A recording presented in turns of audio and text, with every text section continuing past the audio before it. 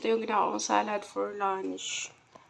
Radish na may sili at kamatis at saka sibuyas na puti.